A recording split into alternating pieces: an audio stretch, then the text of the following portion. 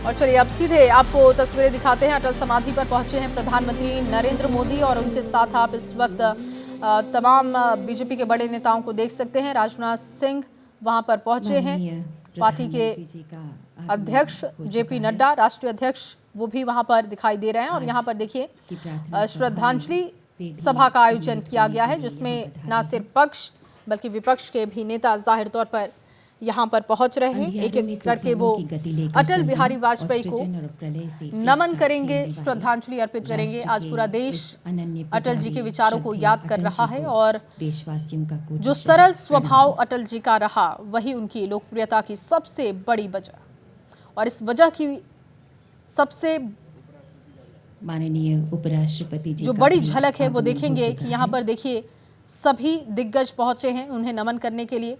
उपराष्ट्रपति जगदीप धनखड़ को इस वक्त आप देख रहे हैं। अटल जी हमारे अटल ही रहेंगे।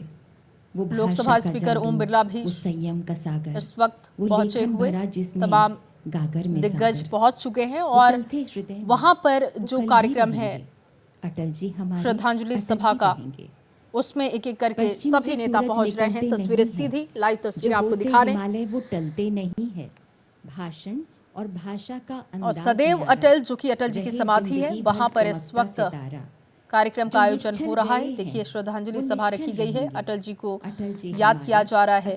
उनकी कविताओं के जरिए, उनके विचारों के जरिए उनको नमन किया जा रहा है। आज पूरा देश उनके विचारों को याद कर रहा है। जो उनका शासन रहा, जो व्यवहार, जो विचार अटल जी ने अपनाए, आज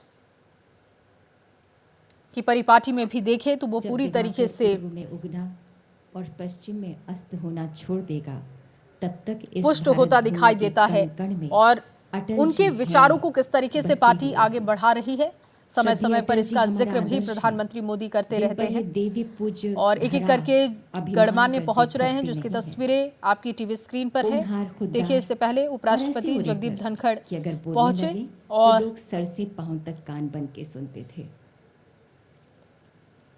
अटल जी को नमन आज किया जा रहा है। और यहाँ पर देखिए अब पहुंचते हुए राष्ट्रपति द्रौपदी मुर्मू जी का पहुंच चुकी हैं, जिनकी तस्वीरें आप देख पा रहे हैं। प्रधानमंत्री नरेंद्र मोदी उनके साथ और उनके ठीक पीछे उपराष्ट्रपति जगदीप धनखड़, जेपी नड्डा राष्ट्रीय अध्यक्ष, उनको भी आप देख रहे हैं। इसके साथ ही लोकसभा स्पीकर ओम बिरला और टूटे हुए सपने की रक्षा मंत्री राजनाथ सिंह, अंतर को चीर तमाम दिग्गज सदैव अटल पर पहुंचते हुए अब अंदर की तरफ वो दाखिल हो रहे हैं। राष्ट्रपति सबसे आगे।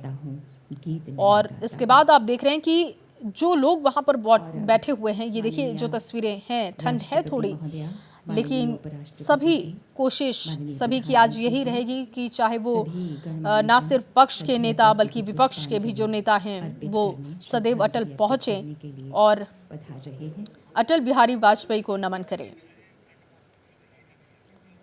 तो ये तस्वीरें आपको हम दिखा रहे हैं और देखिए किस तरीके से सदैव अटल पर पहुंचकर नमन किया जा रहा है। 99वीं जयंती आज अटल बिहारी वाजपेयी की। ग्वालियर में इनका जन्म हुआ। 1942 में भारत छोड़ो आंदोलन में भी शामिल रहे और इसके बाद भारतीय जन संघ में 1951 में शामिल हो गए। 9 बार लोकसभा में चुनकर पहुंचे। इससे उनकी लोकप्रियता को आप समझ सकते हैं। 2 बार राज्यसभा के लिए चुने गए। 3 बार उन्होंने देश की कमान संभाली। 16 मई 1996 को पहली बार अटल जी प्रधानमंत्री बने। 19 मार्च 1998 में दूसरी बार वो प्रधानमंत्री के पद पर आसीन हुए और 10 अक्टूबर 1999 को तीसरी बार उन्होंने देश की कमान संभाली।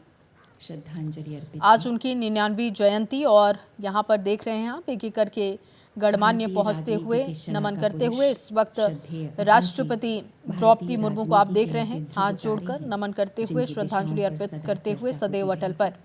और अब उपराष्ट्रपति महोदय और अब उपराष्ट्रपति जगदीप धनखड़ पुष्पांजलि अर्पित करते हुए, नमन करते हुए, श्रद्धांजलि देते हुए, जिनकी तस्वीर आप देख रहे हैं।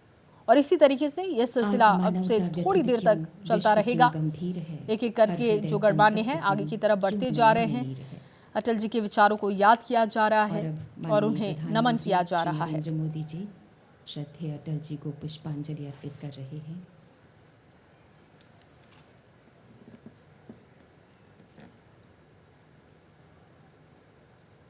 माननीय प्रधानमंत्री श्री नरेंद्र मोदी जी के शब्दों में मेरे जीवन, मेरी सोच, मेरे आदर्शों, मूल्यों पर जो छाप श्रद्धेय अटल जी ने छोड़ी है, जो विश्वास उन्होंने मुझ पर किया है, उसने मुझे गढ़ा है, हर स्थिति में अटल रहना सिखाया है।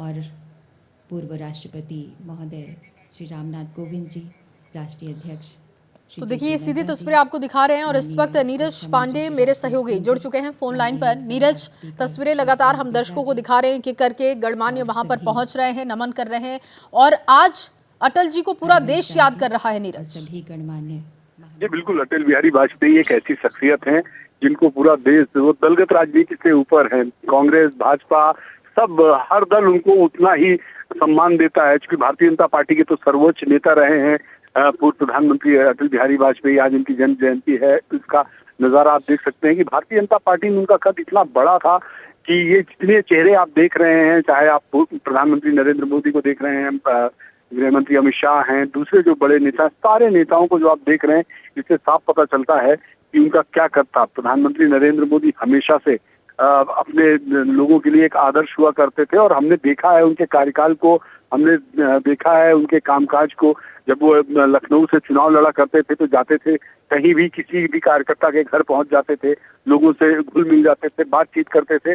कभी लगता ही नहीं था कि इतने कद वाले नेता, इतने बड़े नेता और इस तरह से कार्यकर्ताओं में घुल मिल जाते हैं। और वो कहते थे ये बात कि मैं चाहता हूं कि मैं सदैव जीवन भर मरते दम तक एक कार्यकर्ता बना रहा हूं, कभी नेता ना बनूं।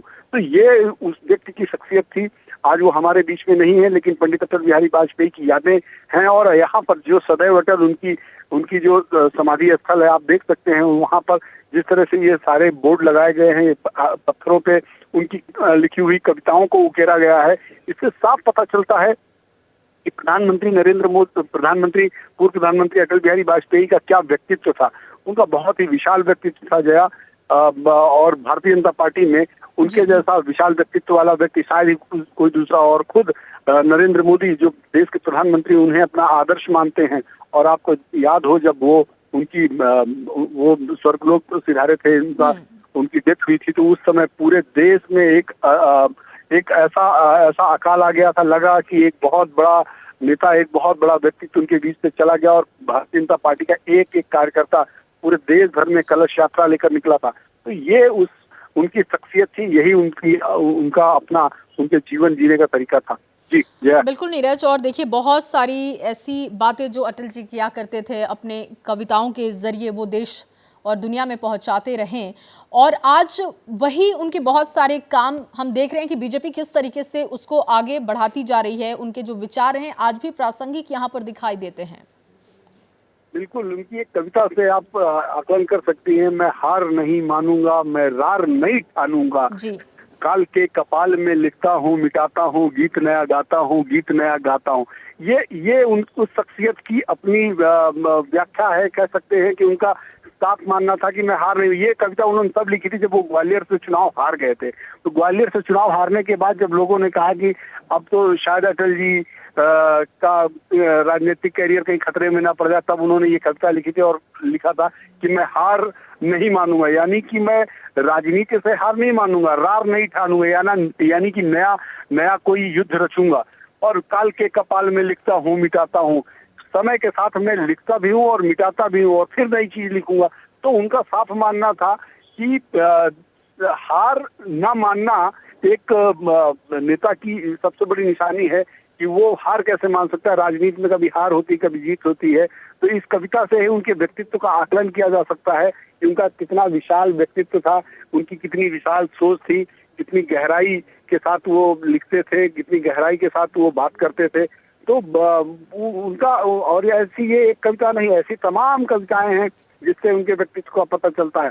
तो पंडित अटल बिहारी वाजपेयी आज नहीं है भारतीय जनता पार्टी में या हमारे बीच में, लेकिन उनकी यादें, उनकी कविताएं, उनके किए गए काम देश के एक एक नागरिक के जहन में है और इसीलिए लोग उनको याद करते हैं। बिल्कुल, और नीरज यही एक बड़ी वजह भी है कि जिस तरीके से उन्होंने काम किया, जैसे देश को संभाला, प्रतिनिधित्व किया, उन तमाम चीजों की वजह से उनके जन्मदिन को सुशासन के रूप में मनाया जा रहा है आज पूरे देश भर में। बिल्कुल, सुशासन के रूप में इसलिए भी मनाया जाता है कि जब वो प्रधानमंत्री बने और उसके बाद उन्होंने 2009 से 2004 की 1999 से 2004 के बीच में जो उनका शासन रहा वो सुशासन काल ही माना जाएगा, क्योंकि आप देखें प्रधानमंत्री सड़क परियोजना उन्होंने लॉन्च की, गांव-गांव को मुख्य सड़कों से जोड़ने का जो काम था वो प्रधानमंत्री अटल बिहारी वाजपेयी के कार्यकाल के दौरान हुआ था। इसके अलावा आप देखें तो जो सड़कों का चौड़ीकरण, भारत में आज जितने भी हाईवेज आप देख रहे हैं इनकी जो सही मायने ठीक है नीरज, आप बने रहिए हमारे साथ, चर्चा करते रहेंगे।